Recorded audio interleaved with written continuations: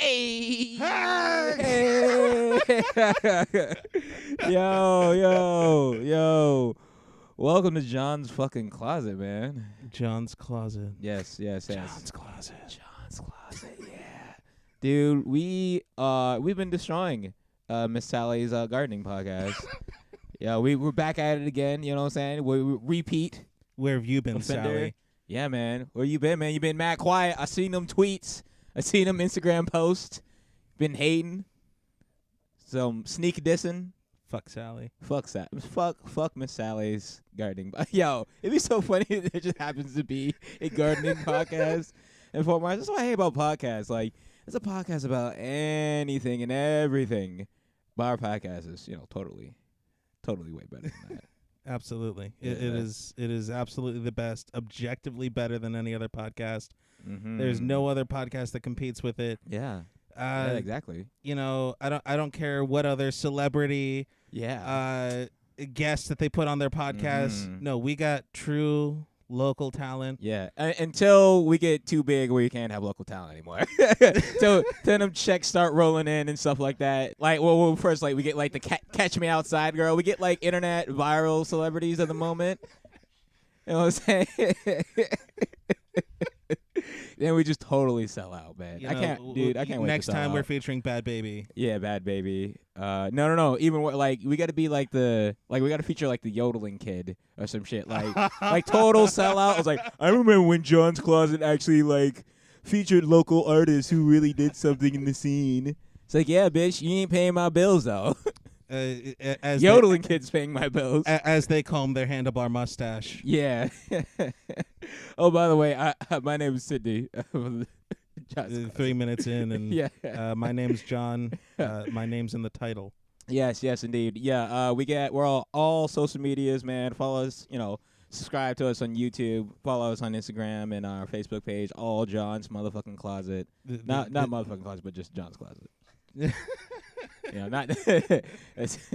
So Sydney, what'd you do this weekend? Man. So me and you we went to one of our friends' little get together. Alex's place. Yeah. And that was a lot of fun.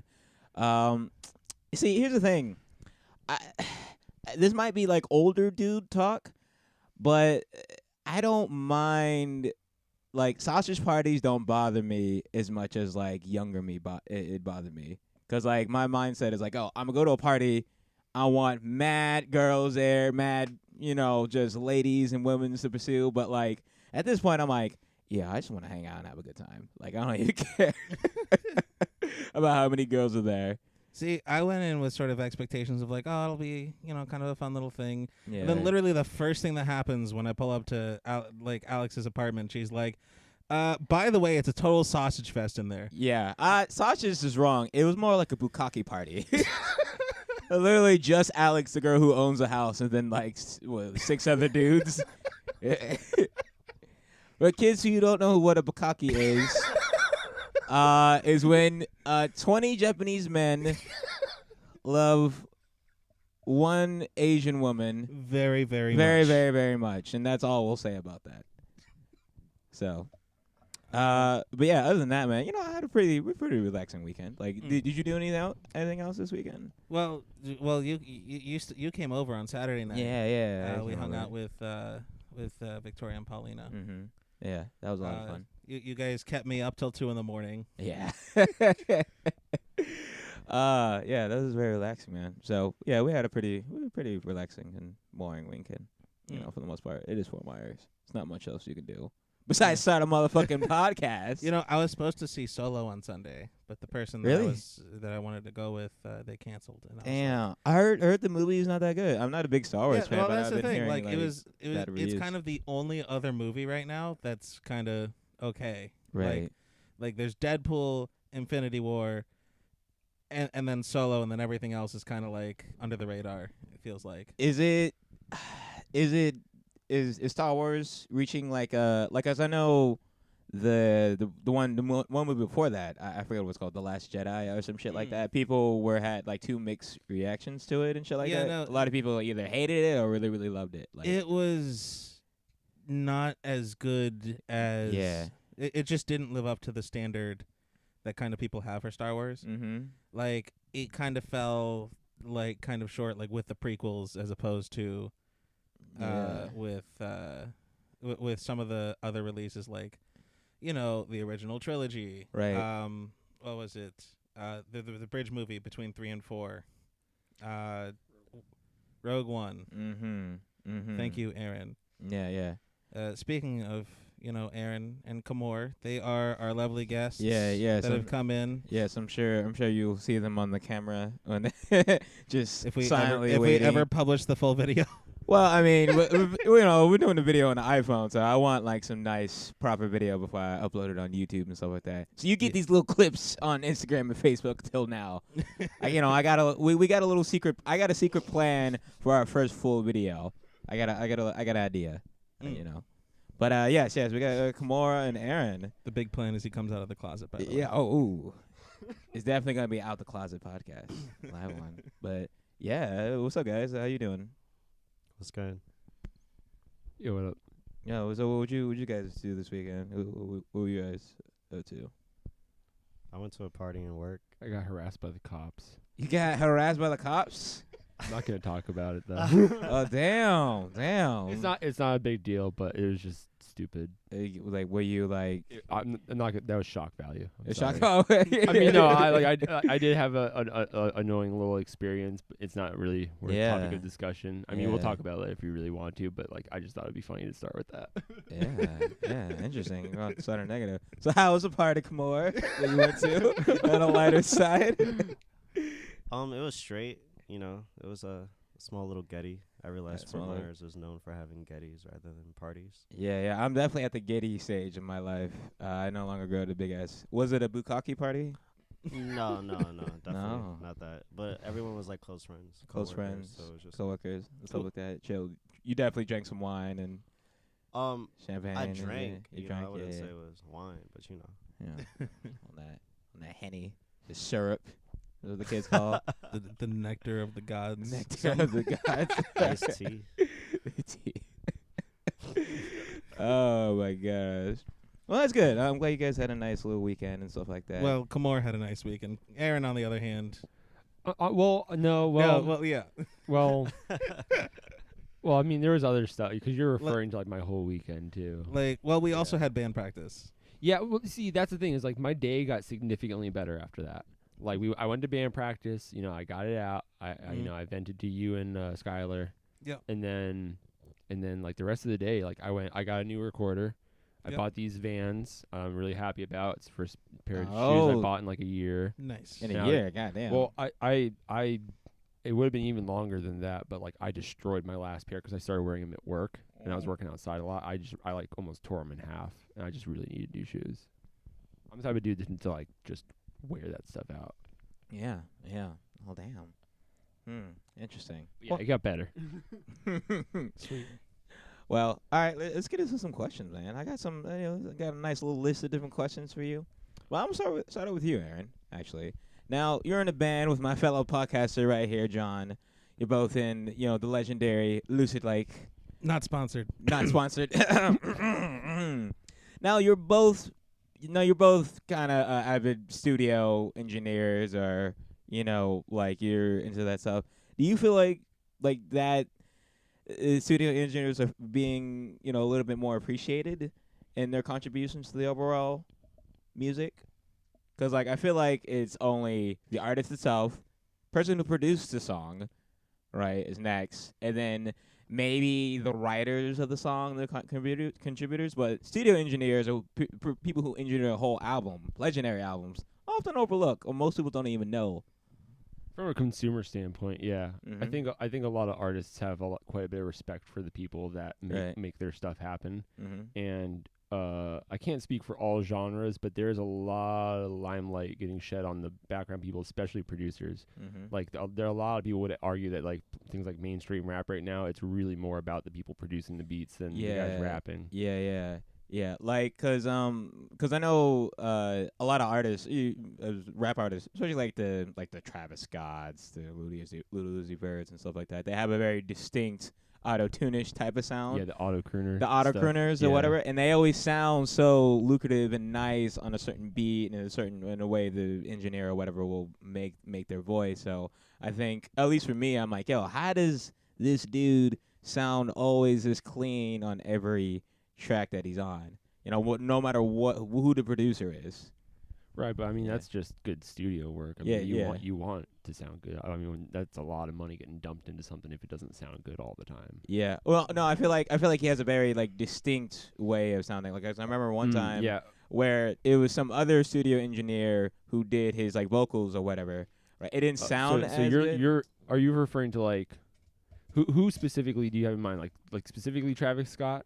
Yeah, because a lot of those guys have personal engineers. Yeah, that's what I'm saying. Like a personal engineer. I think one time, or at least maybe I heard on one song, he didn't sound as right, and I was like, okay. I was like, what is going on? I was like, okay. Was it his or was he featured? He might have been featured. Because if you're featured, your dudes might not be mixing the song. I think that's what it was. I think he was featured on some other person's. I'm like, you don't sound good. You know, I was like, what? Why is that? Yeah. Yeah, like. Back on like having the personal thing, like just because it's the name I know, but like in the same vein, like Young Thug, there's a guy named Alex Toomey. I think he actually was a Full Sail graduate too. Really? But not like before they were trying to take it like super legit. I think he was there like back when it was more of like just like a certification program. Like he just went there to like figure stuff out.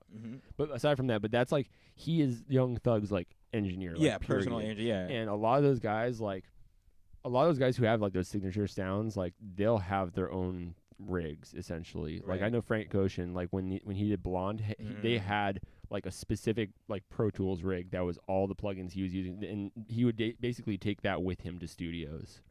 And a lot of studios have the similar plugins too. Plugins being like the stuff that like you're doing like your processing through. Right. You know, so a lot of that stuff, like guys literally have like their like signature set of software that they bring everywhere. Like a preset of software. Like they might like there's probably like a Young Thug auto-tune preset of some sort, I'm sure. Yeah, like his personal studio. He has his personal settings that he uses all the time. That's like his signature sound. Yeah.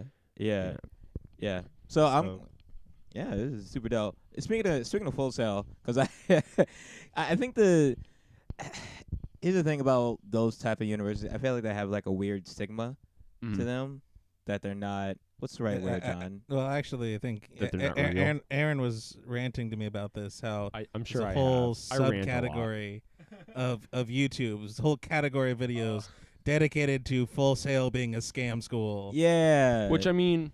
And what do you? Okay, and my thing is like, how do you define like a scam? Well, what's the? Well, because that's cool. Well, actually, Aaron, why don't you sound like you want to explain something? Yeah, like tell me how legit is Full Sail? Spill the tea. You know what I'm saying? I do want to be very careful because the Full of Sail the idea of the fact that he's releasing this on the internet at all. I do have to keep in mind that in the future people might listen to like hear back and be like, oh, you know, because they'll find out. You know, they know they, like for sure. You never want to talk shit about people that like I can curse, right? Yeah, for sure. You gotta make sure. Thank you.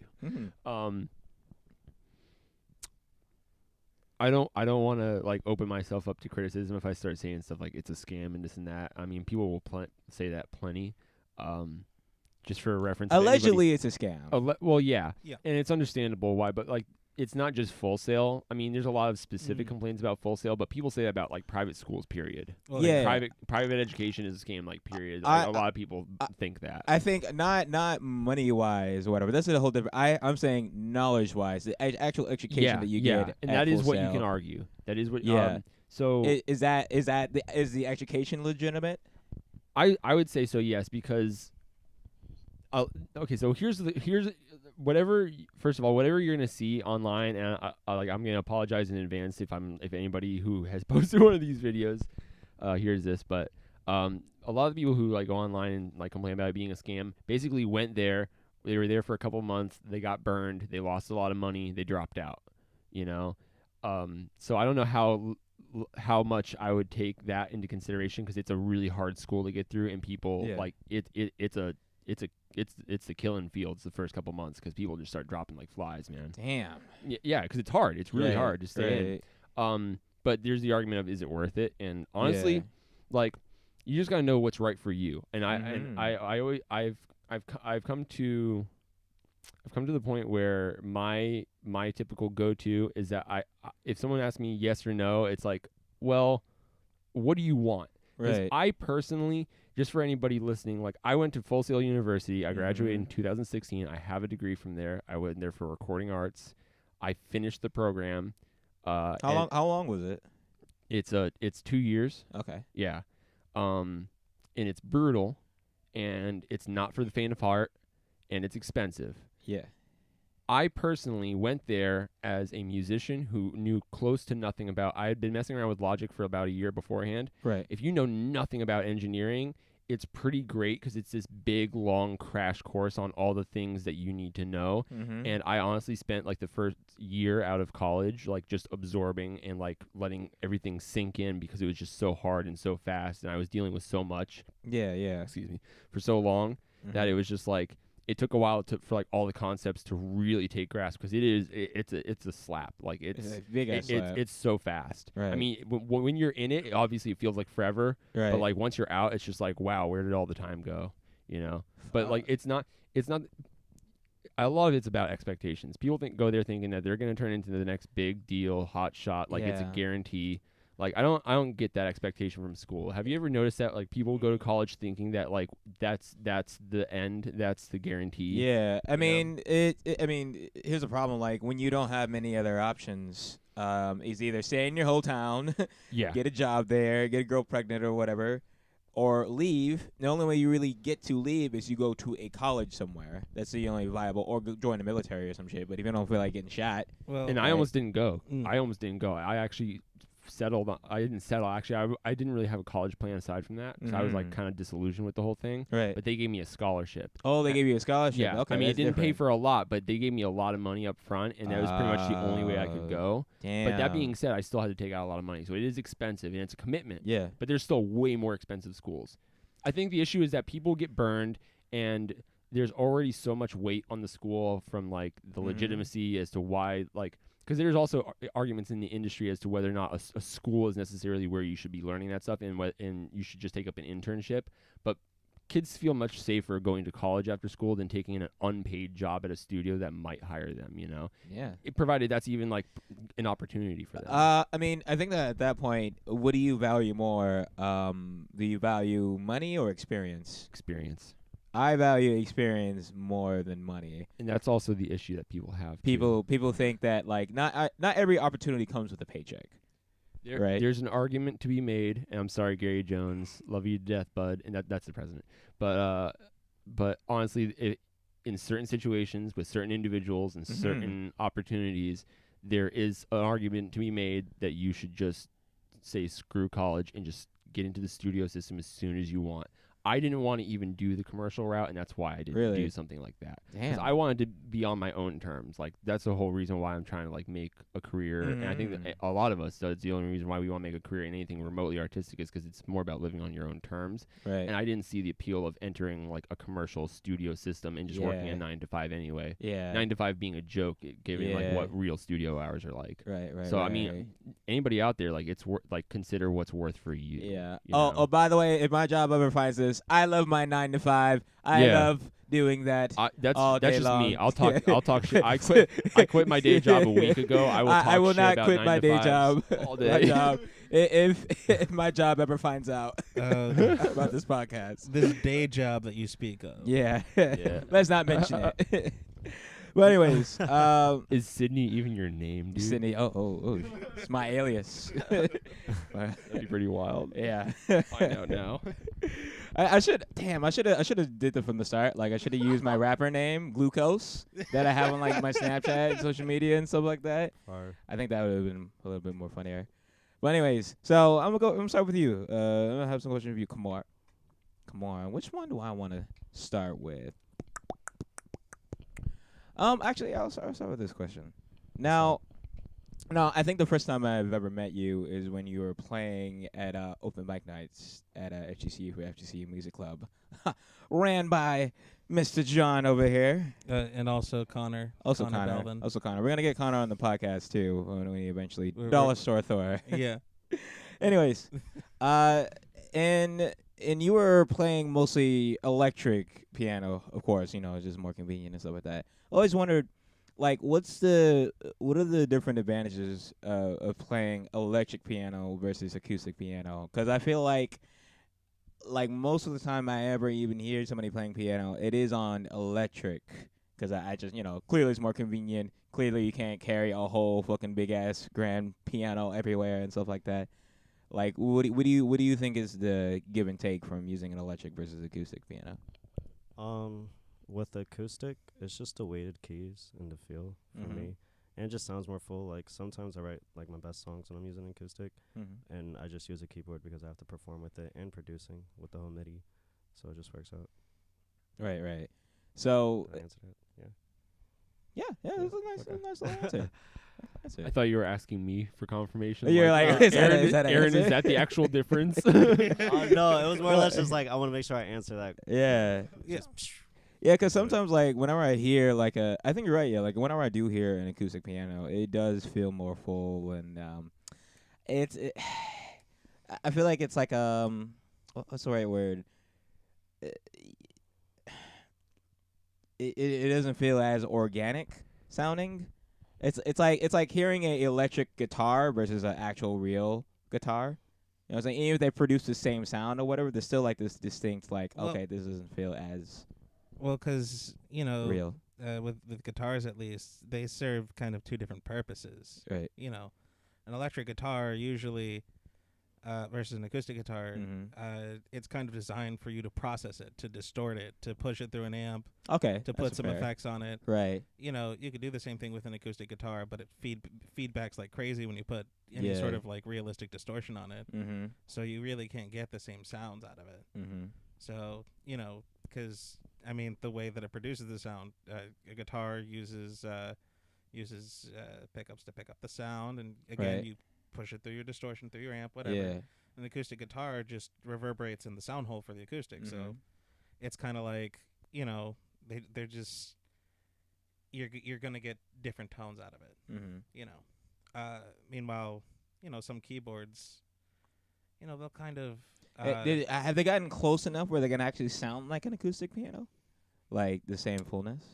Has technology gotten that well? There's probably some sort of plug-in. I don't know. Aaron would know more than. Is amazing. Keyscape.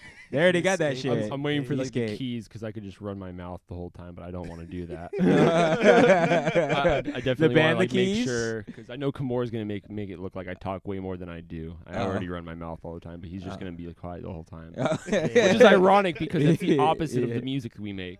You never hear me, but it's all him talking.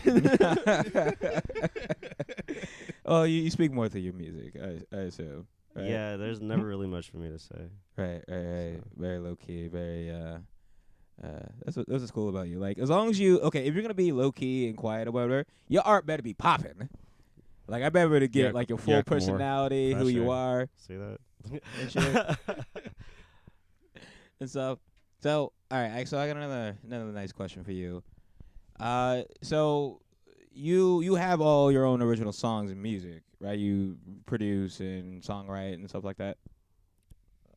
Started producing, but yeah, I write the songs on the keyboard, and then I just meet up with Aaron and see where it goes. Yeah. Now for me, like I think the most challenging part of me being a musician or whatever, or when I used to actively play, was songwriting. Like I feel like it was more like I had a lot of ideas and I could express how I feel about something, but I couldn't actually put the right words together to express how I feel. Like if I could describe a whole situation to you, I was like describe it in details or whatever. When I actually write it on paper, it's like say it's like a breakup with a girl or whatever, and I was just like, I feel sad. I broke up with my girl. That's how it would translate. Because like I would be very on the nose. Like it would be interesting or dynamic to listen to convey my feelings. Like how do you go about, as a person who doesn't talk that much, how do you go about like putting the right words together to express how you feel when you're songwriting?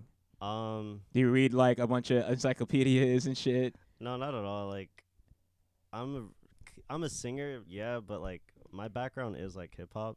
Yeah, so like my brother and my dad, they're always lyricists, so we were just like freestyle a lot. So everything I do becomes a freestyle. Then eventually, like, because I do journal and shit, it's kind of like something will just come out of it. Like, okay, this is what I was feeling. And then I try to like play some chords. The chords normally does everything, and then I'll like a theme. But you know, I heard a theory with mumble rap or mumble rappers in general. I don't know how much this is even fucking true, but I heard it was interesting where like mumble rappers technically they had to be able to rap or be able to rap really well in order to reduce it to this mumble rap minimalizing style. I don't really believe in that, but when I think about other forms of art, you know, I can see it because other forms of art, especially painting or whatever, like a painter will do like a very that's minimalistic. That's a really big one with painting. Yeah, that's a really big one. Yeah. So I'm like, is it the same? I don't know how much it is with mumble rappers, but like I might believe it with some of them.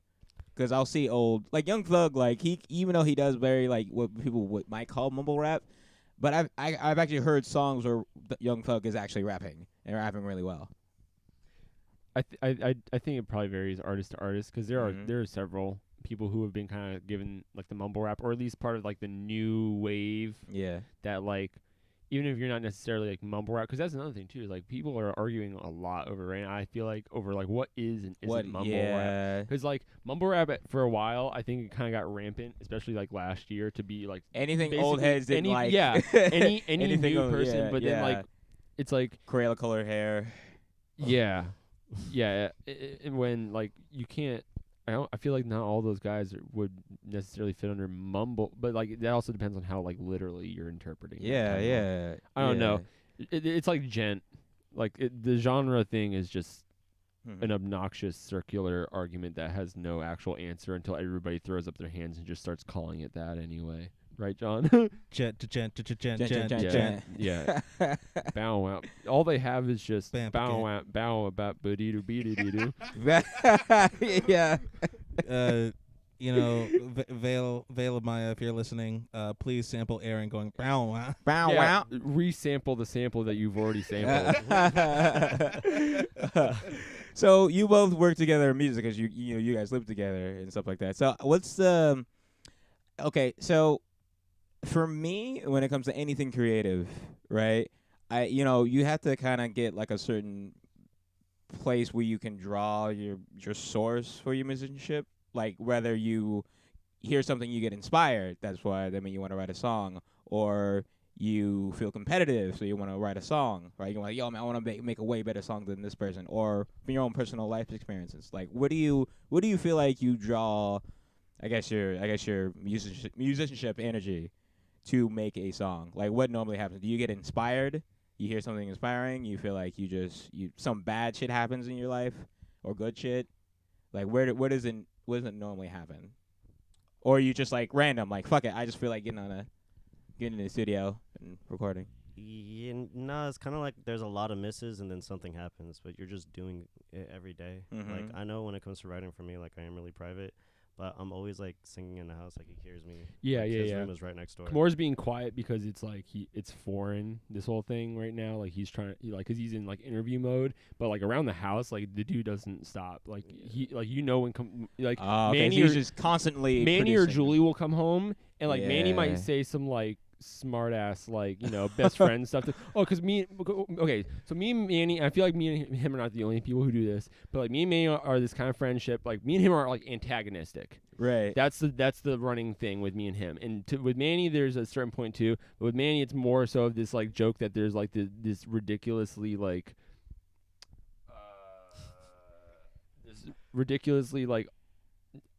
there's this over the top undertone to our friendship that there's this homosexual thing going on. Oh, this took a left turn. No, wait. You can't talk about homosexual things in John's closet. I'm just saying like it's a different thing with him. Like there's like that's just like there's running jokes, Yeah. So Manny might say some dumb shit on his way by. I'll do the same thing when I come home. But Khamor, you can tell when he comes home. Like it's very apparent. Like you hear the song coming out. Yeah, singing ass nigga. Yeah, parking lot to the front door, up the stairs, like some R&B. Yeah. Is that accurate, Khamor? Are you gonna? Yeah, I'm always singing. Yeah, always singing. So constantly in the studio. What about you, John? Like, because I know for me, I'm very weird. Like you almost have to like force my hand or like challenge me in some way for me to be creative. Like if you just schedule me to you're gonna play at this time and this day, you're gonna play this song.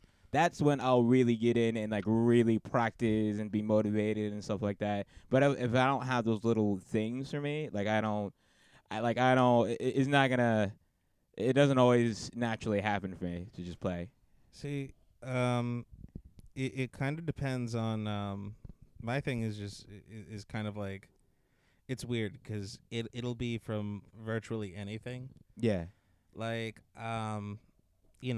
sometimes it'll literally just be like, oh, I like this specific like line or lyric. Yeah. That just popped in my head. Yeah. And I want to expand upon that. Sometimes it's I just listened to this album and I want to kind of make a song in that style or something that fits that genre. You know. And sometimes it'll just be like, well, I'm just gonna jam out on a guitar and just come up with something.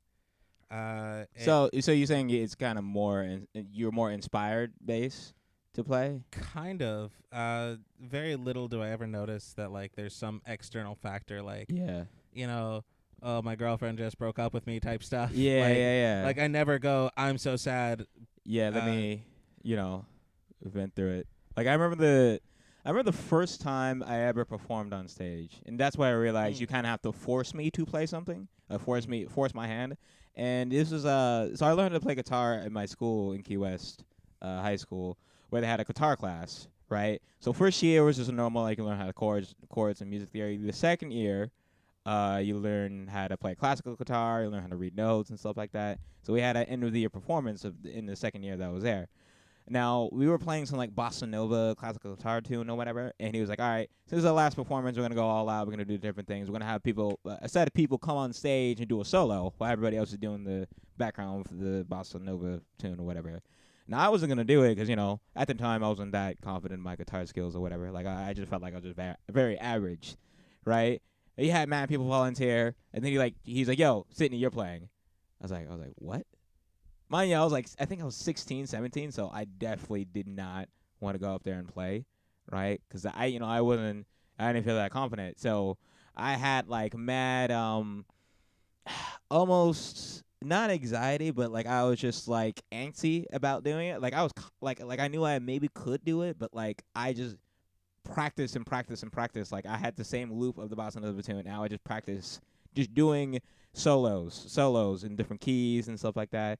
So when it got time for me to actually do it, I don't even remember what I played, but like everyone was like, yo, that was really good. I was like, I did really good. Even though I did practice and do all those things, the fact that he like forced my hand and forced me to do this thing. You need like a clear goal. I need a clear goal, basically. That's probably like a better word for it.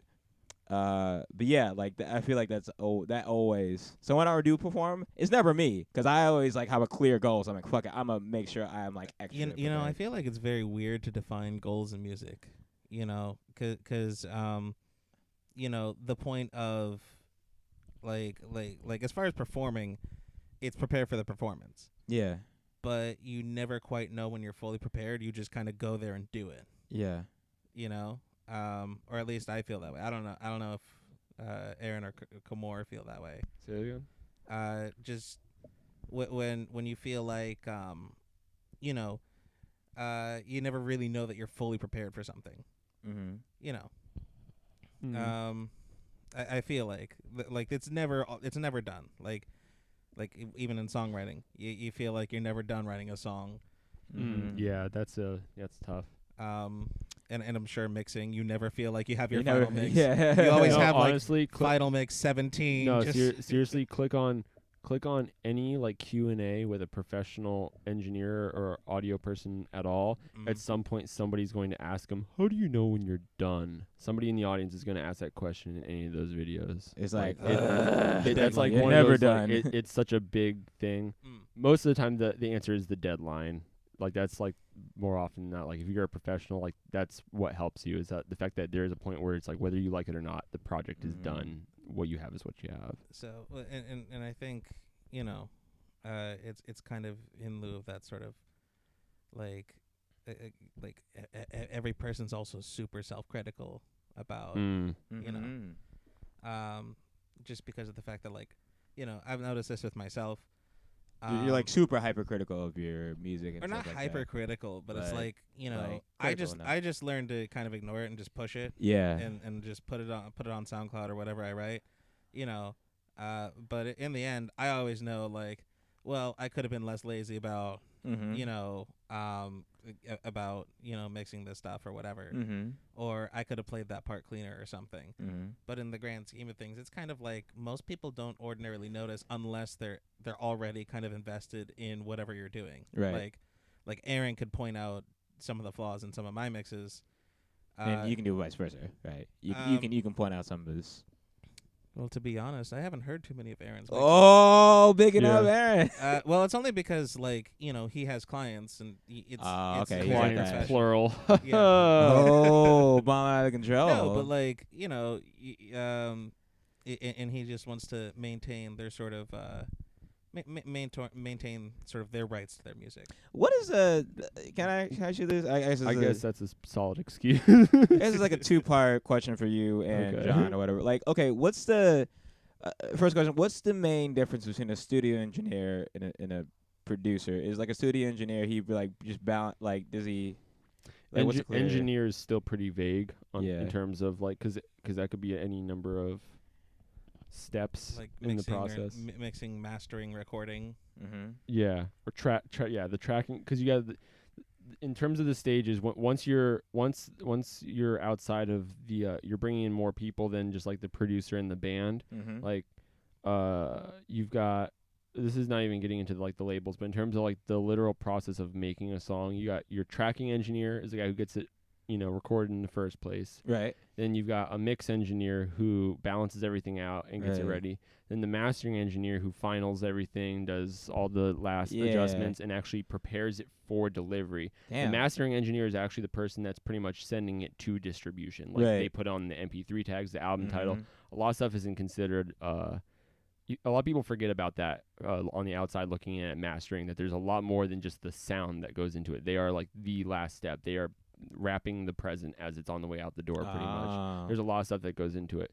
But depending on the scale of the project, that very well may be, like in the case of, like, say with Lucid Lake, that is essentially like all those roles are pretty much me and John, like, essentially. Well, Shane, you could probably have, like, because he would have a songwriter credit, and he would probably count as a producer. But, like, because the producer is more so like the overseer. But the producer, especially on low budget stuff, may step into any of those roles. You know, so it's only really like when there's like a budget involved in like investment from a record label that you're talking like every single step of that process is a different person's job. Damn, that Full Sail University gave you a good ass education. Look at that, man. Great story. So, and then my second part. So not a sponsor. So our studio, definitely not a sponsor, Full Sail. Don't come at me, bro, unless you got them checks.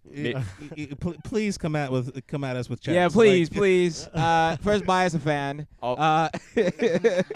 That'd probably be the number one thing. It can say Full Sail all over it. Guys, this could be the start of something lucrative. Like, I'll sign on as like part-time, and then we'll use the fact that I'm an alumni to like coerce them into sponsoring the show. Yo, that's like a good. We'll play like a little honor story in like that you see. You know, in the little hallway to the engineering room, you have like little stories. The caveat being that we'd have to delete this podcast and redo an interview. And redo the interview with Khamor. Just don't bring me in. Yeah, and it sounds mad awkward and shit. And then all for your parts or my parts when we talk about Full Sail, it's just like edit it like, I love Full Sail. That's all it says. It doesn't match my fucking mouth movements. There's an office full of people up in Orlando, like doing like Google searches for any kind of like anytime somebody says the school's name. That's a good right. And got him. All right, let's do a fun question. You want to do a fun question, John? Let's do all the questions have been fun, guys. Oh yeah. Well, these are more like off the wall fun questions. What do we have that list somewhere? Do we? I feel like we constantly. By the way, while you guys are looking for this, what number podcast is this? Number 4. That's number 4. Oh, yeah, thank you for mentioning that. I don't think we mentioned that in the beginning. We'll loop that back in the beginning. Which podcast is this? This really awkward, like in the middle of it. Like punctuated. It'll be in the title. It'll be John's Closet episode 4. Yeah, number 4. You guys are honored. I don't know what the paper is at actually. But John, what if they can't read? What if they can't read? Well, you shouldn't be using the YouTube search bar to find John's Closet. What if they're blind? You know, there actually is a YouTube channel dedicated to For real? Like Oh. there's a blind dude on YouTube. Yeah, I forget his name. What? Gray hair. Yeah, right? yeah. Yeah. And he's like, and he's this cheery, like, smiley dude that's just like, that just puts out vlogs and all sorts of content, and it's just like, Yeah. Does he put does he do like mad like blind puns and jokes? Oh, all the time? absolutely. Oh gosh. It's kind of like one of those channels where it's like it's like a discussion thing where it's like I'm a blind guy and the interest is like me talking about things that you probably don't consider. Yeah. Like people ask him, like it's basically like people will like ask him questions all the time about like different. And he kind of opens himself up to be able to be like, yeah, this is my experience as a blind guy. Yeah. You know, and that's kind of the appeal of the channel. Is just more so it's like a learning thing. Yeah. Yeah. unlike the Learning Channel. Unlike the Learning Channel. Also not sponsored by TLC. Also not sponsored. Unless we should just have an entire podcast where we just mention different sponsors and we just kind of wait, John. We talked about this. Did you tell Sydney about my idea? Yeah, me and after Aaron. your little Disney debacle. Disney debacle. We're going on a tangent right now, John's Closet. Oh, the Mickey. Oh no, it's not tangent, Mouse. man. I know things. Oh, wait, do Yeah, you know? no. Wait, the mouse is coming for us? Yeah, I heard. Hey, yo, Word mouse. Word on the street. Word on the street is the solo movie ain't doing so well. How about them apples? Huh? So you start coming for me, check your own stuff. Okay, I was Also, I would love some checks from you. Speaking of checks, I will definitely be a slave to Disney. my thing was that you guys should have a whiteboard in here, especially if you introduce a visual aspect to the podcast, to have like a whiteboard of the running companies that you can no longer get a sponsorship from. Yeah, we should. Definitely Disney. It's like, who'd we piss off this time? Yeah, Coke. Coke. Wait, what did I say about Coke? TLC. No, I think you were talking about how they were rehearsing, and you were like, for the last one with Hunter and Catherine, and you were like, by the way, this podcast is sponsored by Coke. I meant cocaine Coke. I know we have a history with. Didn't they used to put Coke in Coke pot? I heard that. I think that was a rumor. I don't know if they actually did that. I think like one dude he was like at a crazy fact-check. party, he like spiked that shit. Well, it was like one of those like snake oil type things. Yeah, I feel like that's not true. Come on. Well, no, but that's how Coke started. 'Cause it was like one of those like drink this type of deal, like picture mustached man with like the miracle like type of thing. Yeah. I mean, it already has like enough caffeine, like you already have caffeine in there, That's and a so good having point. some other stimulant like cocaine. Yo, I don't want those problems, man. Like I know, I know people are mad addicted to different, have to take like different pills. I'm like, yo, man, that sounds terrible. I have expected you to say like I know people addicted to mad soft drinks. Yeah, mad soft drinks. That too. How about we do? Bro, I've been going to see the doctor all week, man. Dr. Pepper. How about? Oh damn! What was the one question do we normally like to do? The breakfast, lunch, and dinner. People? Yeah. Or should we? Unless we can find this goddamn list. So scared. I know. You know what? I remember one of the questions. Okay, go ahead. Shoot. What is it? So how would you guys? We're off script, guys. How would you guys approach dating if you could only date one girl per ethnicity? So like one at a time. Okay. So basically, all right. If you say I like Hispanic girls, I like Latina girls. So if I really really want to end up with a Latina girl or Hispanic girl or whatever, how would I order up my dating? Like, would I go straight for Hispanic girl first, right? Knowing that if I date Hispanic girl and I break up with her, I can never date Hispanic girl ever again. I gotta settle for. That's such a bummer. Yeah. How would you approach? Oh man, I'm just sitting over here bummed out because Hispanic girls are off the table for me now. So it's kind of like you're saving the best one for last type. Or I mean, if you want to do that in that way, I go by the food at this point. Like anything with culture is where I'm struggling now. Okay. Like I'm just really scared someone's gonna chop my voice up on this podcast. And like get me saying some stuff about different races. So how would you do it? Like, in what order? Like, what would be your strategy? Like, would you date if you don't really date? Like, narrow it down. Like, pick like give us like 5. Like, cause the races. Okay. Okay. Asian girls, Hispanic girls, Black girls, white girls, and Middle Eastern or Indian. Well, that's also Asian. I'd say Middle Eastern. Oh, okay.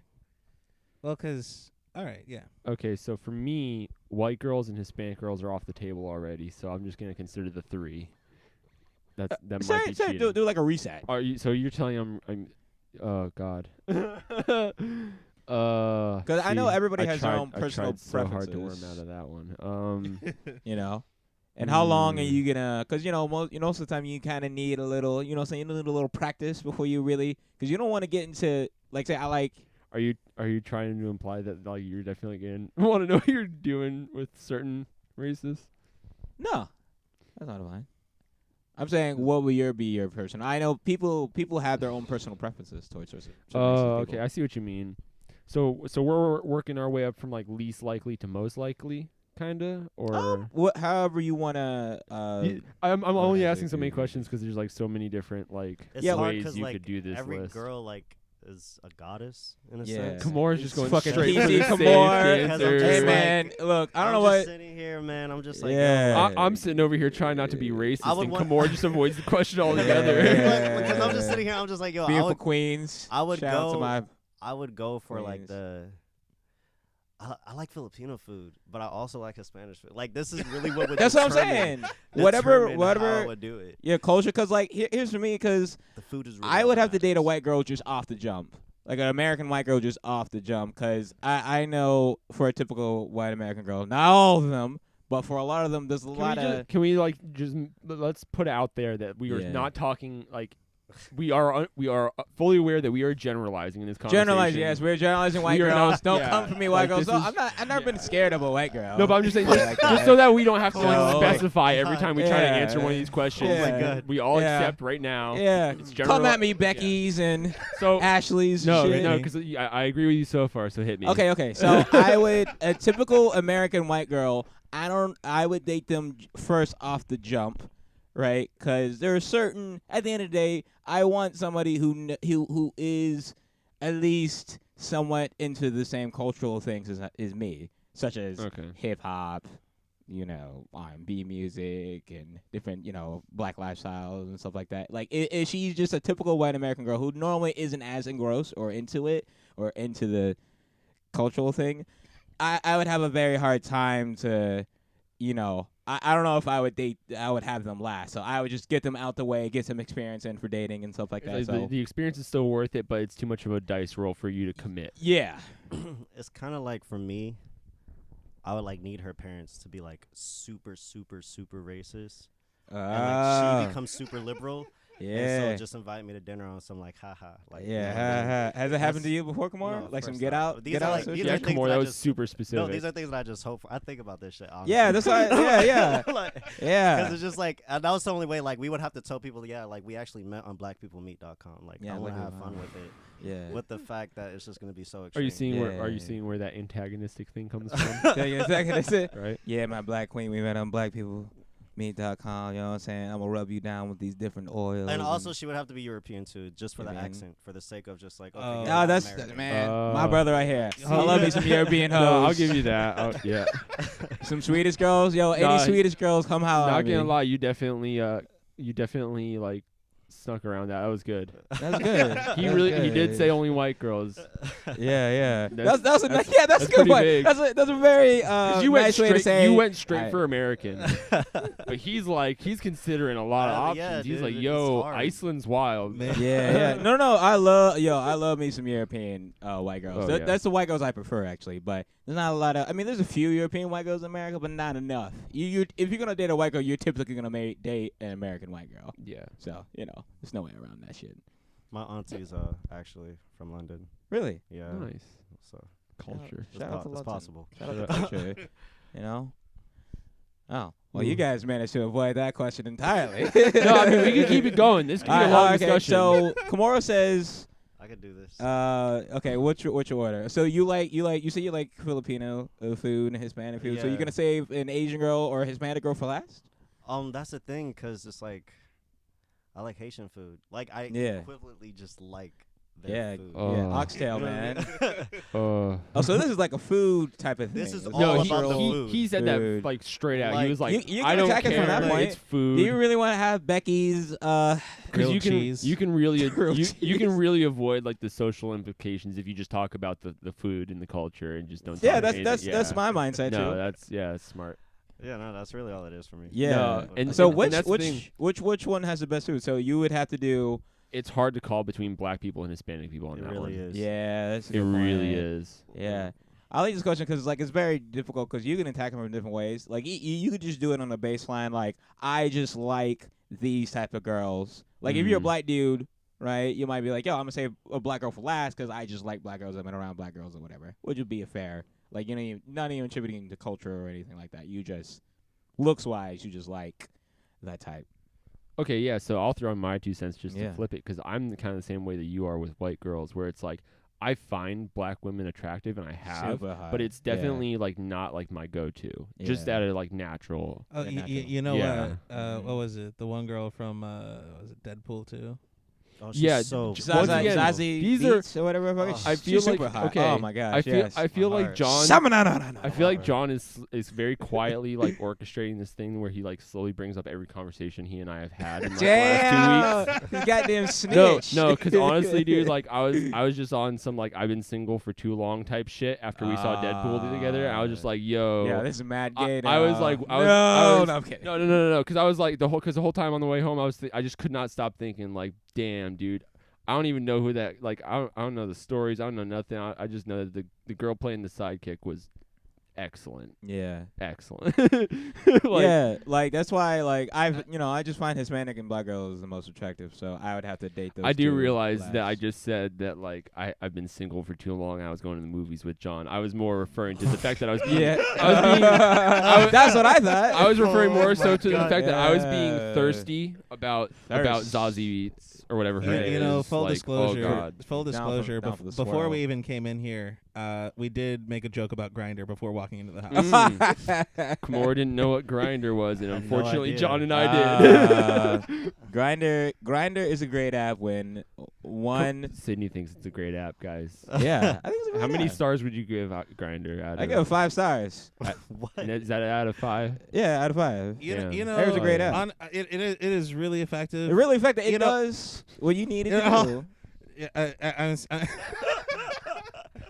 I'm speaking for a friend.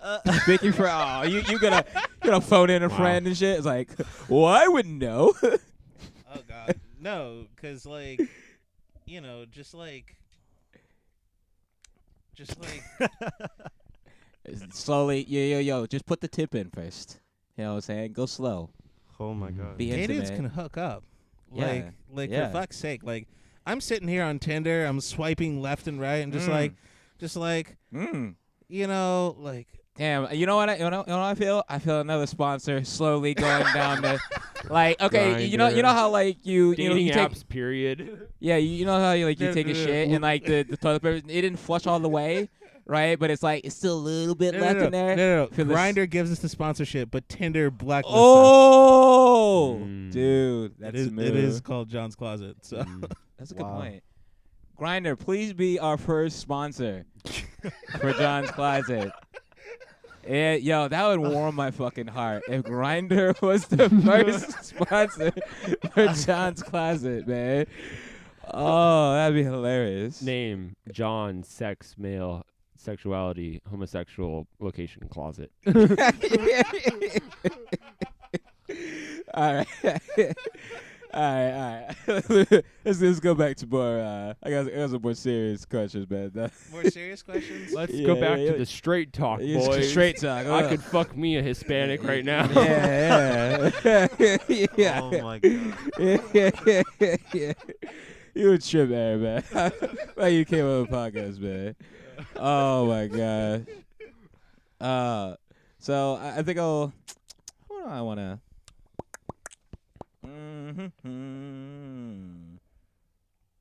All right, yeah, I'll go with you. I'll go with you, Aaron. Oh, no. It's a so your main thing is drumming, right? Or you just drum for Lucy Lake? No. Actually, I do drumming in general. Drumming came first before like any of the stuff, engineering or otherwise. Like drumming was definitely like the first. First love. And now I have a theory on, I guess, the whole band dynamics. That I think I maybe got this from John, or at least talking to John. We talked about. I think we talked about. I feel like the drummer, if not the drummer, the bassist of the band has to be the most talented musician in the band. Is that what you talked about? Is that? I mean, more or less. I don't remember if we talked about it, but I agree with that sentiment. Yeah, because to me, especially the drummer, I feel like the drummer, because they handle so much of the structure and the foundation of the song. Like, you literally, like, if the drummer stops in the middle of the song, like something's going wrong, you just take out so much of the energy of the song. Like a guitar, like, a string could pop off, you can still play. Or, like, the singer gets a little bit tired, you can still play in the background or whatever, or the bassist, like, loops the rhythm. Drummer cannot stop. Drummer gotta keep going. I don't care if one of the drumstick breaks. Do you feel like the drummer has to be the most talented, or if you like a perfect band dynamic? Maybe in a rock band. Maybe in a rock band. Yeah, it's very genre specific. Really, you think only for? If I personally was, if we're gonna talk rock instrumentation, just consider because I mean there's a lot of things to consider here. But if we're talking like if we're gonna have like maybe drums, bass, guitar, vocals, maybe some keys, like the typical like American setup, no matter what your genre is. If I was like picking a roster and it's like, here's your smartest guy, what does he play? I'd say bass, honestly. Yeah, I also thought bass guitar needs to be the most with it, in my opinion. I see. I originally put bass actually for that question, but then I thought if the bassist stops playing, you can still play. Yes, but at the same time, the bassist has so much. And it's really it's definitely second place. Like if the drummer's not the best, it's definitely one of the two. One of the two. I mean, it's nice to have a lot. I mean, there's nothing wrong with having your most talented guy be the guitarist. Like especially if you're in a band that is like say like Animals as leaders, it's totally okay if everybody thinks that Tosin Abasi is the most musically intelligent, most talented person in the band, because really it's about him. And not, I mean, obviously the other two guys are like insane, and you could probably make arguments all day between the three of them about like which one you feel like is the most technically proficient. Yeah. But it's really dependent on the situation, especially if you're in a band where like there is some sort of showcase of a certain member. Like, dude, like, I don't know, people give singers flack, but I mean, in certain genres, like it's nice to have that singer that just like holds it down. That's just like so freaking good, and like, I mean, there's so many different angles to it too. Because I mean, if you're talking about a functioning ensemble, the singer, whether you have an insanely talented singer or not, you still need the rhythm section to work. What do you think, Khamor? Like, do you agree with that sentiment that maybe the drummer should, say in like a typical rock band? I mean, I don't listen to rock like that, but I know like when he showed me like metal, the drummers were like kick ass. Right. To me, but I approach it from jazz. Like think small trios. Bass player, bass player, bro. Yeah. See, when I listen to Bad Bad Not Good, right, is Canadian jazz trio. Yeah. Like the bassist just really like is it either the bassist or the drummer? Because there's only a drummer, a bassist, and a piano player, and sometimes a singer. But like I'm most attracted to either the drummer or the bassist, and it kind of flip-flops between the songs. The piano player, like, he's super good too, but like the overall feel and my appeal to the song really comes from those two. Right. So so you're really latching onto the idea of that, like the rhythm section's job never stops, but like other instruments could be accompanying. They might not be doing the thing, because I mean, there's plenty of times where the keyboards in that band is snapped, and like by far, like despite how good the drummer and the bassist are, they still in that setting and in that particular band, they do their jobs and they do their jobs phenomenally well.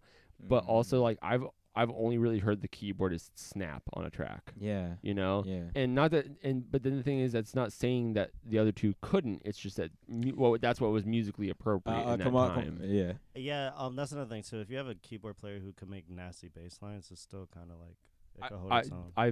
Khamor knows what I'm talking about, but I've played before and jammed with keyboardists who can hold together the whole ensemble just on their own merit. Oh, that's a good point. Like, if you have that high level of a keyboarder, like, it could just be just a whole one-man honestly, like, ensemble. yeah, and before that, like, I feel like I underestimated the ability of a single person's ability to steer an ensemble until, like, I jammed with some people who really knew what they were doing, and it's a whole different experience. Yeah, yeah. That's shit. I'm referring to the person that Khamor takes keyboard lessons from. Oh, so the person, your teacher or whatever. Yeah.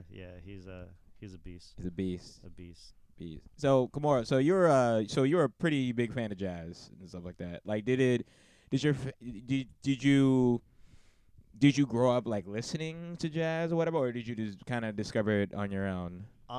What happened with me, I knew I really wanted a unique voice. Mm-hmm. So like growing up, like I was like never really a singer, but I was like put into like a Catholic church choir, so I've always had like this opera thing. And I was a huge like neo soul Amy Winehouse fan. Yes, neo soul, and D'Angelo. It kind of just puts you in like, oh well, the foundation is jazz, so like, you know, if you learn how to play jazz, you can play anything. And that's kind of where the mindset was. And in high school, I met my teachers, and they were just like, yeah, we'll help you out. And I started playing piano because of that. But I was never listening to jazz at all. It was always just hip hop.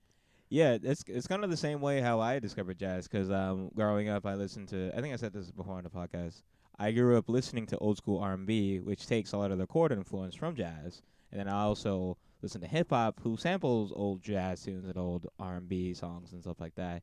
So it was just, when I listened to some of these old jazz songs, I just had a natural love for them, because sometimes I've heard this song being sampled in another hip hop song that I didn't even know. Like, I maybe like will hear a song, I'm like, oh man, that's a great jazz song. I'm like, wait a minute. And then I'll go like a whole internet search and I'll find the song, hip hop song that I heard that they sampled that song from. And it's also such a beautiful feeling to hear a sample, you know. Yeah. You hear a beat and it's like, yo, I know what song they flipped. Yeah. Like, that's wild. Like, yeah, that's why I personally like hip hop and rap and stuff like that. Like, it's almost like a cool way to still have the old stuff never go away, though not to blatantly just jack from it. It's almost like a cool way to like homage the old music and to respect it by doing the samples, by yeah, I'm real big on hip hop as like just as a, I mean, aside from loving the music, like I'm just a big fan of like using hip hop as this way of like kind of thinking about and studying music because of just how, I don't know, it's just like from like the business and the aspect of it, it's just like this weird, like, I feel like I can talk about it, like I can link hip hop into an example of any sort of conversation revolving around music because it's so inclusive of so many different aspects.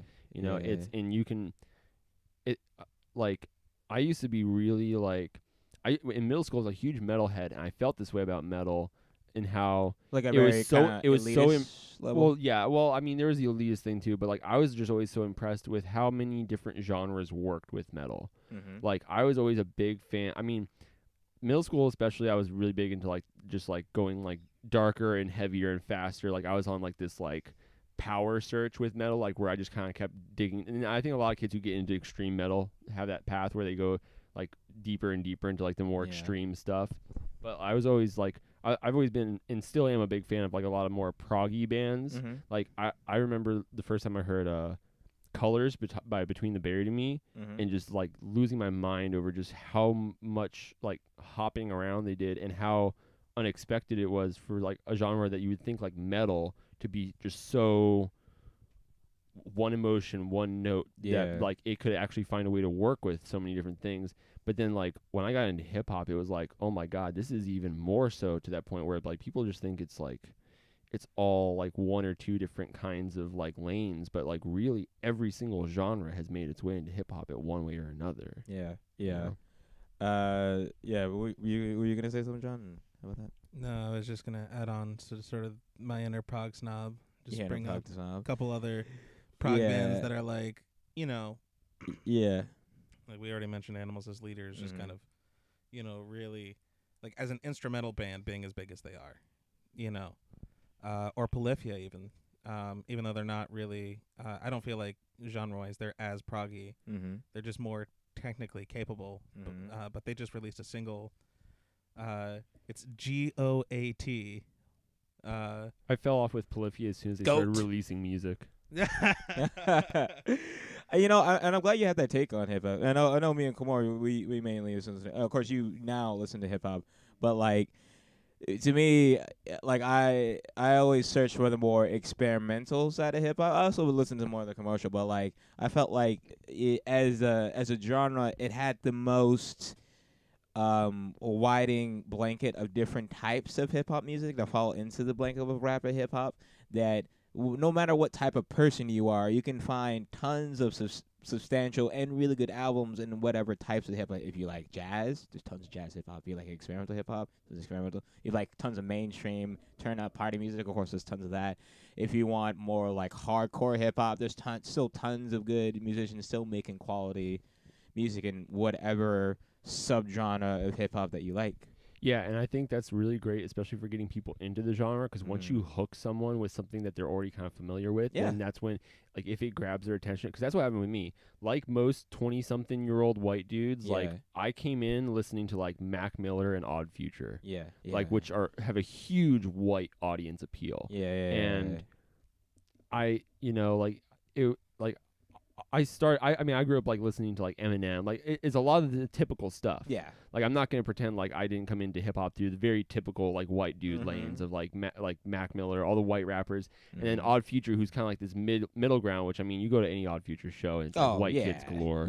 But like there's this real like rebellious like thrashy skater attitude that was really appealing like to punk like rock. Because and that's the thing is like Odd Future were a bunch of skater punk kids, and that's really, I mean, they were doing the hip hop thing, but that's really what they were about. Was they were a bunch of skate they're kind of like they were like horrorcore hip hop, I guess. Yeah, well, their early stuff for early sure. stuff. Early stuff for sure. The early stuff, and he even like I think Tyler even has like a line about like cringing at getting called horrorcore even. But like a lot of their early stuff was very like shocky, but they were also like all in like barely out of high school too. So it was like they were just getting people's attention, you know.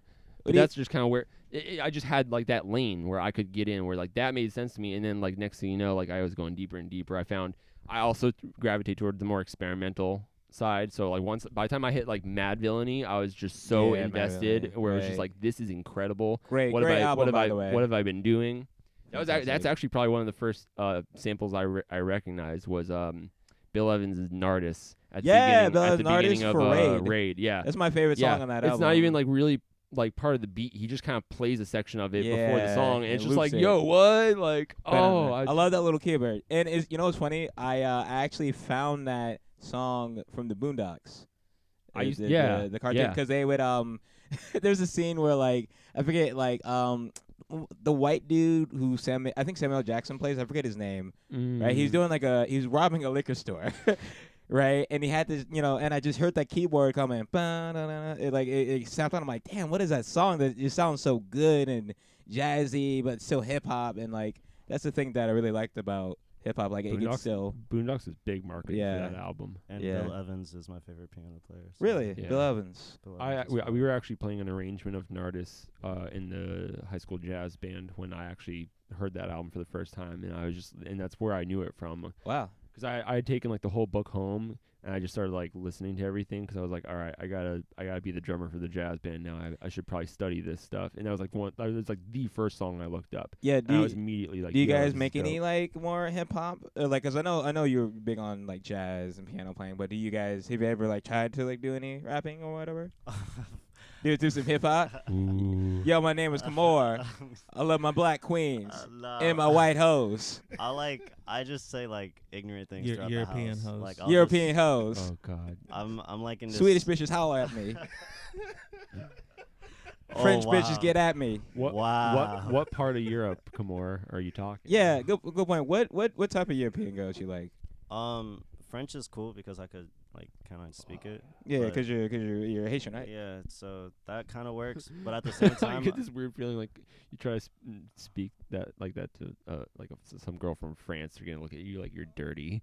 I don't know. I just get this vibe. You know what I mean? Because it's not actually. It's not exactly French the way they speak it over. You know what I mean? They'll like, take a like very. He's gonna come out there and he's gonna try, Well, and it's gonna be like, and they're gonna look at him like the fuck. That's the thing. Like I know it well enough where they'll be like, "Oh wow, he's trying. That's cute." But you also have to hope that that's the mentality too. Oh, And yeah, they're like you fucking condescend. Are you trying to be condescending? No, because it's kind of like when you go to their country, they're gonna be like, "Wow, You know? A for effort. I appreciate it." You hope. You know, Yeah. you never see it coming. Have you met enough French girls where you could start speaking? There was actually just one time I went to a bar, and my friend from Amsterdam came to visit, and he's really good at just talking to foreigners because he's a foreigner now. Right. And I was like, "Oh yeah, how do you say your name in French?" And she had a French name, and I said it properly. She was like, "Wow, that was good." I was like, "Here we go." But at the end of the day, though, she was like a solid 6, so it doesn't even matter. Oh yeah! Here comes the real Khamor coming out. He was hella PC earlier. It's like, yo man, it was like, don't speak like that. She wasn't like a true queen. Just wasn't like, a true queen. She was a princess. Regardless, you know, she won the pageant for Miss Rhode Island. regardless, Yeah, Amsterdam girls would be really nice too. Amsterdam girls and stuff like that. You know what I really like about European girls? I feel like they're more. I don't know. I feel like they're more relaxed or like cool and kind of a little bit more hip about American culture or the things that we find cool. I don't know. Every time I talk to a European girl, like I feel like they're just tuned into say like hip hop and rap and stuff like that. 'Cause like that's a big thing over there. Are you also referring to like interacting with European girls on your own like home turf? Or are you going to Europe? Good point. My own home turf. So what kind of European girl is going to come to America in the first place? American girls. So you might. That's a good point. See, yeah. So like it might be a different story if you go over there and see and meet the ones that don't want to come over here. Yeah. Well, I'm not gonna go to Lithuania or some shit. Well, it's just like if they've already made the effort to come to America, they might already have that's a certain good point. attitude about the culture. Yeah, they probably already know so much about it. No, like the thing I noticed with European girls, they do dress better. Like everyone knows how to dress, so it's kind of like what you would call it for becomes a solid 7 because it's like, wow, like you look really good, like so. Yeah, shout out to my European queens. White American girls are not welcome. But on the plus side, though, like American girls are like cooler to talk to. Yeah, of course. Yeah, there's always that relatability factor. Yeah, that's true. That's home team, you know. Mm-hmm. Like the foreign accent thing is just bragging rights. Like foreign accent. Yeah, I got me a foreign girl. What you doing, Chad, with your American girl who works at the gas station? Out here for He's the dating clout. a girl named Lindsay. Lindsay is like, yuck. My girl's Ingrid. Yeah. She's like a solid. Speaking of yuck, I heard the but Drake only and wears Pusha yoga T pants. stuff's over. Yeah. I hope it's. No, I hear it's dead. Yeah. Drake didn't respond in time. I thought I kind of caught word that it kind of got like diffused behind scenes. Ye was seeing some stuff about that. A little background in case. Okay, so. Oh God. Okay. Oh, we're talking about this. Great. We're gonna talk about it because I would love to because I wasn't sure if we would be able to. Talk. I love we're to talk. I didn't know how much you guys are hip hop heads. We gotta switch back to metal for John, but we'll say. Sorry, John. Okay. So a little background. Yeah. So Drake and Pusha T have been beefing over the past couple of years, little subtle shots and stuff like that.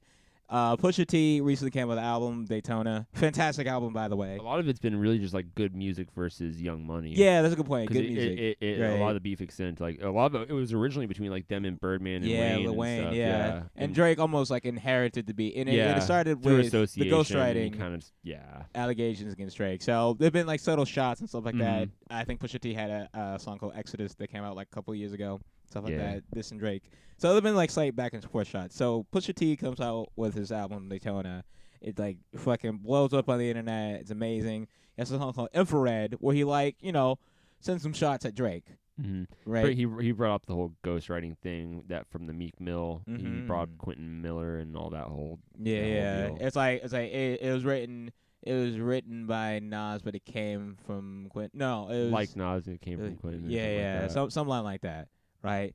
Nice little play on words. Drake's like, I gave that dude a job. Come on. Yeah. So Drake responds literally like less than 48 hours later. Less than 24 hours. It was almost the same day. And people were like, oh, he responds so quickly. I remember Charlamagne the God, he was talking about, he was like, yo, dog, all the big people have the goddamn album, like, 6 days ahead. He's like, yo, I had it, like, okay, the album came out on Friday. He had it on, like, Monday. So you'd assume that Drake also had it on Monday. So it wasn't like he heard the song. He at least heard that there was a diss, I'm sure. Yeah, he heard the line. So he probably already had the song already done a couple of days beforehand. So as soon as he released. Pusha T. Yeah. So when Pusha T released the album, he responded in 24 hours. It wasn't really 24 hours. He must have had the song done. He just dropped it. Probably. 24 hours later. Very So likely. it's called Duffy Freestyle. It was a pretty good freestyle. And people were like writing on Pusha T, like, yo, Pusha T got buried. Drake's the GOAT. Honestly, though, I think a lot of that's also because it's like it was Drake. Everyone was hype beast. Like, but that's the thing is like by comparison. Yeah. Like Drake doesn't always snap like that. So when Drake snaps like that, it's like oh shit, But it's not like I don't know. I not that I personally feel this way specifically, but there is an argument to be made. I think for that like Drake snapped, but it wasn't like Pusha T levels of snapping. Like he didn't. He knew he was stepping to something, but like. Yeah. So that happened. So Duffy Freestyle comes out, right? Everybody's blowing up. Everybody's dick riding Drake, which is good. I like that song. And I love, man. And that was just such a fun weekend this past weekend. Are you upset? I was so hyped because I was like, yo, what you think about the Duffy Freestyle? Did you hear it? Oh, dude. I'm upset. Yeah, I'm upset was just fun. I like singing that a lot. I do not like I'm upset. Nah, it's no, it's the energy. It's one of those things. I like Nice for What way better than I'm upset. Huh? I like Nice for What. No, I hate Nice for What. What? Yeah, that's just not for me. Like, all right, this is the thing with Drake. Okay. Speak on it. For me, because I talk about this with my brother all the time. Like, as a Drake fan, I do like it when he raps. And me too. Duppy Freestyle, he really touched on Kanye a lot. Yeah, which a lot of people were saying. Fire. Like, yeah, ballsy. That right there was awesome. Ballsy. It kind of reminded me of J. Cole's song that he had, where False Prophets. Yeah, it kind of reminded me of something like that. But even then, it's like we try to get on Drake for the same thing like 3 years ago. Pretty much 2015. Yeah. At the same time, though, did you hear Quentin Miller's Destiny? I didn't hear that because, no offense, I heard one Quentin Miller song. I was like, nah, I ain't rocking with this. It's wild, though, but Quentin Miller really is like. Was it good? Wait, what was he talking about? It's just you hear the sauce that Drake uses. Oh. And he's just like, yo, like, this shit's dead. The hype is over. Though, listening to Duppy Freestyle, Drake did have some compelling arguments. It's like, okay, you say that they were writing for me, but where are their hits without me? Clearly, it's, it's like people, I feel like people are writing off his contributions to the song and saying, like, a motherfucker is just straight up writing my entire shit. Right. But also, like, what he's specifically bringing, he's not even really dissing Kanye. Yeah. He's more so bringing up the fact that Drake wrote Yikes. Yeah, or no, Father Stretch Out My Hands. Yeah, but he brought up Father Stretch Out Your Hands, but on the new album that Kanye just dropped, Drake has writing credits. Really? As far as I know, yeah. What? He wrote Yikes. And that's part of what he was saying is like, yo, what you think of the dude that's, But he has writing credits on Yikes? But here's I didn't know that. Here's the thing that everyone's like, everyone's going off about writing for each other. It's like, there's a difference between crediting someone and not. Yeah. Was Quentin Miller credited on the songs that Drake put out, or was he not? Because Kanye West credits all those people, and people know Drake wrote for Kanye. No, I think the argument is if Drake says that there's a difference between having writers and having a ghostwriter. No. Yeah. Well, also Drake has reference tracks too. Like Drake says that he even has a line like I'm top 2 and I'm not 2. Like him saying he's the best rapper, he's the top rapper, or whatever. The I guess the qualifications to be the best rapper. You can have writing credits. Whatever. Kendrick Lamar has tons of writing credits on To Pimp a Butterfly, and I love To Pimp a Butterfly, but he doesn't have any reference tracks, at least any reference tracks that I know of, or whatever, of a motherfucker literally writing out and doing the whole vibe or the feel of the song. And you can't say at your top 2 and you're not 2 as a rapper and have a reference track and have all these, electric ghostwritings and you're not writing all your bars and stuff.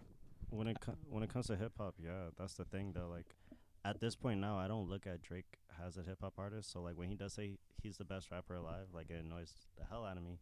But when he does something like Duppy Freestyle to make up for it, he would have to make a whole album with him just rapping. Yeah, that might be his new album. His credits back, and that's what I'm hoping for. But after hearing his singles, it's kind of just like, all right, so that's back up for the Duppy, and then Pusha T. It came out I think on Tuesday. Yeah, it was like 2 or 3 days later. 2 or 3 days later. So I was like, man, I love Pusha T. Like I love his previous 2 albums and stuff like that. I didn't really listen to the clips, but I went back and listened to the clips. But I was a fan of his like solo albums and stuff like that. And man, I was like, no, Pusha T, no, please respond, please.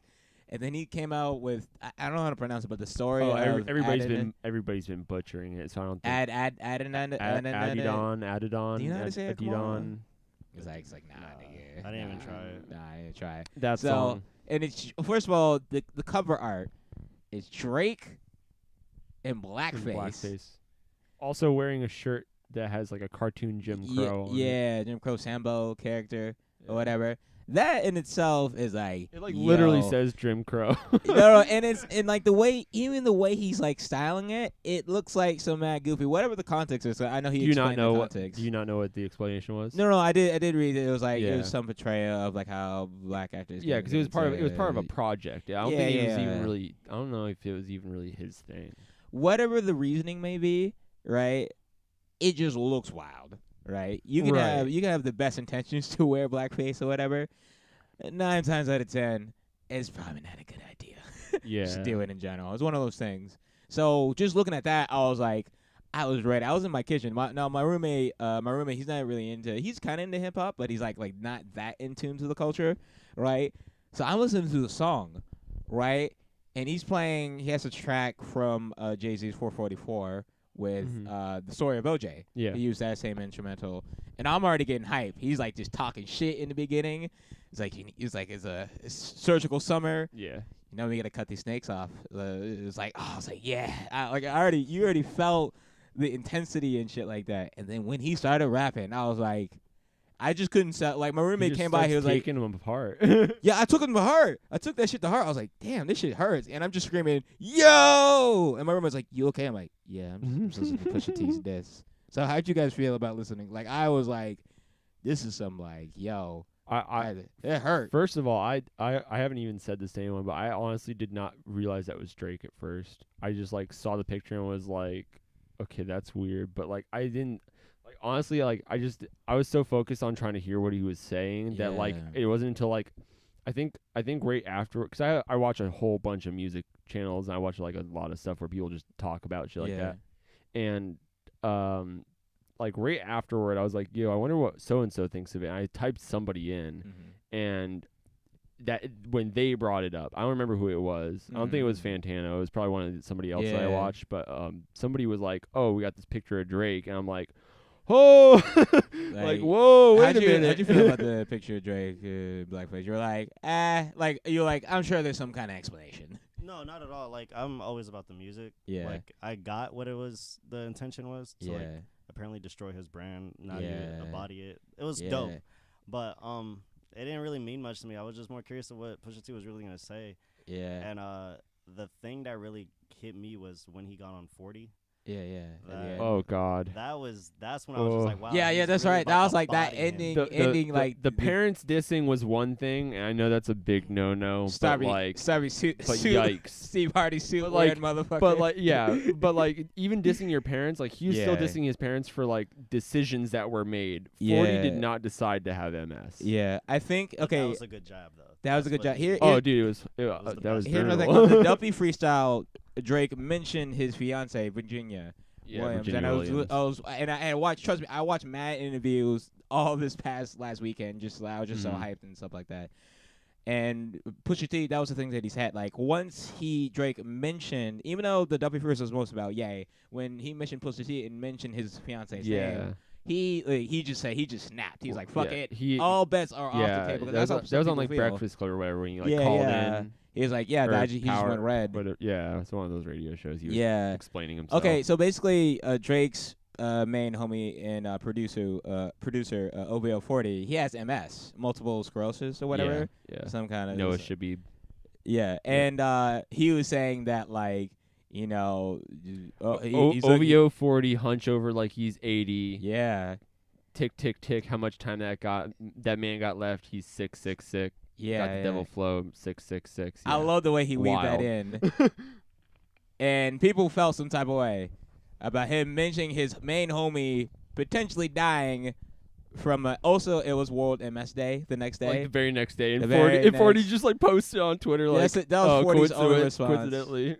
So they Pusha T is definitely a full-on supervillain. Oh yeah, because remember they brought that up. Yeah. They brought up the whole World MS Day on that phone interview, and Pusha's Yeah. like, whatever, like See, cool. That's why I like about the song, regardless of how you feel about the lyrics or whatever. It's just so masterfully calculated and planned out and stuff like that. And apparently, I guarantee you, both Drake and Pusha had each of those responses half written before.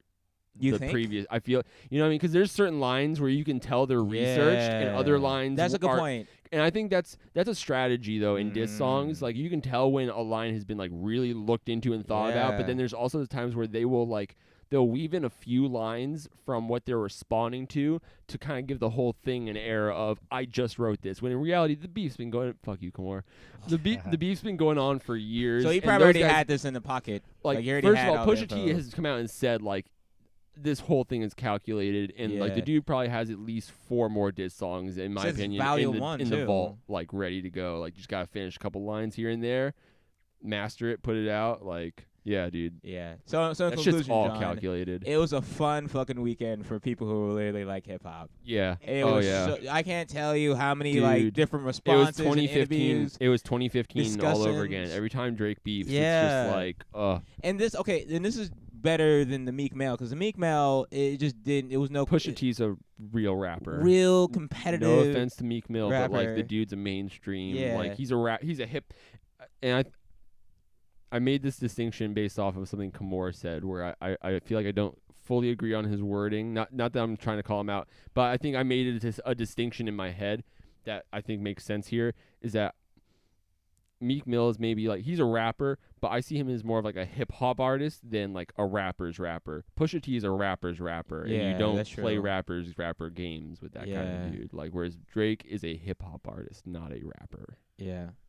Any other words to say about? Also, by the way, it was the story of Adonis or whatever. That was the name Adonis. The whole whatever. son thing. Yeah, we totally skipped over that. No. Yeah, alleged son, him being the deadbeat dad or whatever. Past that, like that was apparently he has an Adidas deal, and apparently that was going to be his brand name. So now when you the story, or like when you look up the story of Adonis or like whatever the name, whatever, it just comes up with Drake in blackface. Yeah. Right, so they have to do a whole rebranding and potentially losing out on a lot of money for advertising and the way you present it and stuff like that, because now it's all associated with Drake and blackface. I also heard that people associated with Drake were confirmed that he's been writing checks to this chick. So he's not quite so deadbeat as everyone was putting it out there. But then it also came to light that, because remember how he says, "Oh, I'm in album mode," and Drake's apparently got an album dropping. You know how you don't mess with album. Like, you know, the whole Meek, because he said the thing around with Meek Mill, don't mess with me when I'm in album mode, dude. Like, you know, because that was the whole thing on the end of back to back. He's like, now I'm gonna go back to work on the shit that I care about. You know? Well, I heard that Drake was actually going to drop that information on his new album. I heard he was supposed to be like part of that album was him coming out and being like, "Yo, I got a son. I got a woman." Like, this is all, like, he was gonna break the news to the world through the album release. And so like he totally took the steam out of more than just the footwear run. Like he took the steam out of every aspect of the dude's career. Like what is Drake gonna do in 2018 after that? Like that hasn't already been like shit on, basically. And if he opens his mouth, it's just he's gonna dig himself deeper at this point. He might add some new songs though, like really. Well, yeah, I mean, he's gonna have to really. He might have to add like he might have to. He's gotta add at least one or two. Releases songs. a whole album of diss tracks. You can't just do like a one-liner or whatever. The whole album is just like fuck Pusha T. No. He pulls like a Ye versus the People, and he just like there's like all these hot beats, but the whole time he's just like fuck Pusha T. Yeah. Fuck Pusha T. I ain't putting out my album. For like an hour. Yeah. Did you guys? No. It'd be like fuck Pusha T. Oh. Did you guys end up looking up Drake's baby mom yet? Oh yeah, I immediately went to Pornhub. Are you kidding me? I took a while because like I typed in Sophie or whatever like an idiot. Cause like I thought that was a porn name or whatever. Cause it was like Sophie Brooks sex. I don't know. So it already sounded like a Brussels. It already sounded like a porn name. I was like, fuck. Then I looked on Twitter, France, and I was like, yo, what's like her actual name? And I found her actual name, and it's just soft core porn. It's like her ass oiled up or some shit. I'm like, man, that's a long name. And like get the fuck out of here. Did you also look it up, Khamor? I did. You did? I had to because I had no idea who that was. Yeah. What website did you go to? Oh, obviously Pornhub. Pornhub. Actually, Pornhub's not my main one. I like Xvideos. Oh, that was like no. XX is really good. Yeah, actually. XX. Yeah. You bunch of sinners. You heathens. So, hey man. So I feel like this has been a good. Next, I need you guys. Yeah, the class is getting a little bit too high. I need to get you guys back just to talk about the Ye album, but that's a whole nother. And then I think I might want to get you on when after Drake's album drops, because I'm so happy that you guys are big fans of hip hop. Yeah. Because a lot of my friends, my white friends, they're not into hip hop, they're not into the culture like that. So I want to have these talks, but I mostly have it on the internet.